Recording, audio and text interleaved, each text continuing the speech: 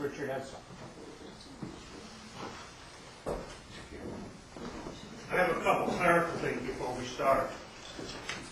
I'm opposed to being put on the camera unless you're going to guarantee that you're not going to give it to the bloggers so the bloggers can spread it all if there's vicious lies about me. So is there going to be any proprietary control of this tape? No, that's the press. Well, no, this not the press. I'm sorry. I'm talking about yours. No, this is going to go on the internet. So that, okay, then they'll be able to cut and paste and do whatever they want to do and misrepresent. Fine. The second thing I want to do is that I called your office Thursday afternoon. Oh, let me stop. My name is Rich Edsall. I live in Cape Vincent. It's 119 South Real Street. I called your office Thursday afternoon to talk to your secretary, who hollered across to you, and you hollered the answers back and asked when was the meeting for the zoning. I didn't ask about the comprehensive plan. And you specifically told her, because I could hear you, and she told me that this was going to be the zoning meeting this morning. And then I asked about, could I submit written comments, and you said no, comments had to be submitted prior to the meeting. This all goes to open government and transparency. So then last night I drove up to the town building and opened the foyer and looked for a sign of the meeting. Couldn't find one. Went down to the post office and looked, couldn't find one. So there might be, you can't say it's for the people who read the paper because less than 25% of the people actually get the Watertown Daily Times or whatever paper you're putting in. If it's a TI Sun or maybe fewer of that. So I'm speaking for the people who don't even know you're having the meeting. Now I'm going to move on to the comprehensive plan, and I've got several comments. First comment is, one of the biggest issues in Cape Vincent is the fact that we have clay soil that is not suitable for septic. And you have referenced that in your comprehensive plan. It's section 4.1. And then, all right, you kind of bury the issue.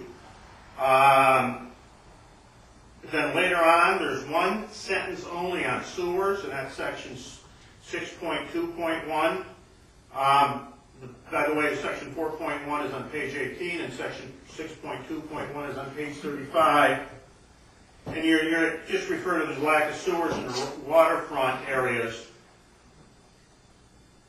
You have a sewage disposal problem along your waterways where you have concentrated lots or concentrated dwelling areas on small lots. They can't run the sewer or the septic system efficiently and properly. There are times of the year that this stuff is going in the St. Lawrence River or Lake Ontario. And that's a significant issue for health, right, and safety of the community. And all it got out of you was a reference on page 18 and one line on 6.2.1. That's not a comprehensive plan. If you're not going to address that, you've got to do something with it. You can't say, well, there's no problem with sewers. You've got to do something. I don't care what you do, but your comprehensive plan is flawed because you're not addressing it. But the real reason I'm here, and it's going to come up this afternoon, is that you're now going to require a permit to farm in the Lake District. And you got there by error, I believe. I'm going to give you the courtesy of the doubt. Page 41 of this document. Now, it's a document I printed off the internet from your site. It may not be the same page number you have, given all that. It's, you talk about area number 3, which is the lakefront district. And you say currently, the current use, you don't say agricultural. You mentioned that there's agricultural in the area early on when you're talking about the history of Cape Vincent. But when you get over here, you are talking about crop/pasture land. You get 2 words to it, or 3 if you count land. Crop/pasture land. You don't talk about farming there. Well, you got a problem in that area in that there's no town water lines, and you can drill all day, and all you're going to get is gas, which is illegal under the new law. There's no water there.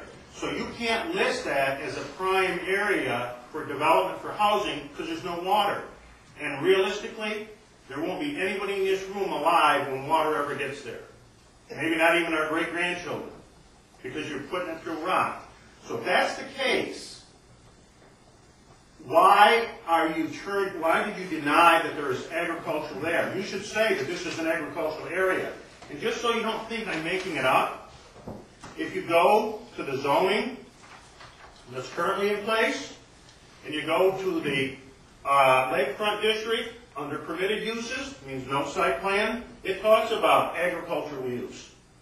You've made a large jump, and I'm not blaming it on you, I'm blaming it on the committee as a whole, or whoever wrote this, to go from agricultural as a permitted use to now it's going to require a permit. Let me give you a couple more reasons, and that's the only reason I'm here is over the agriculture. I am steamed. All right? I put my kids through college on that farm. And now you're telling me today I got to go get a permit. And I'm going to be back this afternoon to beat you up on that. But one of the things you highlighted, all right, agriculture is referred to in section, it's page 18, section 4.1.2. Farming, I'm ad-libbing some here, is contributing to the overall appeal of the area and property values. So why wouldn't you want it out there if it's going to contribute to the overall appeal of the property? Page 60, you refer to increasing the business in the area, a joint venture between the LDC, the town, and the village. And section 1C and 1D on page 60 refers to agriculture, increasing agriculture. Other uses of agriculture. Well, wait a minute. In the lakefront district, we're going to have to get a permit now to do any of these new things, or to do something different, or to start. But the one that we've had people stand up in public meetings and cry about protecting the birds. Well, they ought to be here today, because they should be taking your heads off. Because wildlife and habitat, one of the key ingredients in here, you should be excited about it, and Tom Brown should be excited about it. Because what you're referring to here on page 22 is the importance of grasslands for endangered species. Right? The only way you have grasslands is to have farming. If there's no farming, the grasslands go away. Look at a lot of farms that have just gone abandoned. And what happens here, the new zoning law will require a site plan review, which could be too expensive for the farmer. All right? For agriculture, to do agriculture in a lakefront district. And that's a prime habitat for endangered species. And if you don't believe so, call the DEC and ask them about the grassland studies they've done on Stony Point. Or call Cornell University and ask them about the studies they've done on Stony Point Road. And I will, in this record, I'm giving you, the town board, permission to use my name because they did the studies on my property. It is a significant area. And there are other endangered species. What's going to happen? I can't farm it. I can't develop it. I'm not wasting any money cutting the land cutting the hay off every year just so somebody else can come by and say, oh, look at the birds. Either I get to farm it or I don't get to farm it. You need to change this comprehensive plan. You don't need to be in a hurry to vote on it August 1st. You need to take this thing back. The committee did a lot of good work for you, and they're giving you this. Now, you need to read it, and you need to look at it, and you need to think about the comments, and you need to go back and make some changes in here. Because if you changed page 41 and you said agriculture in there, you're going to have a tough time jumping to making me get a permit or make any other farmer get a permit. And I believe that's all I have. So I'll see you at 2 this afternoon. Thank you. Thank you, Mr. Thank you, Rick.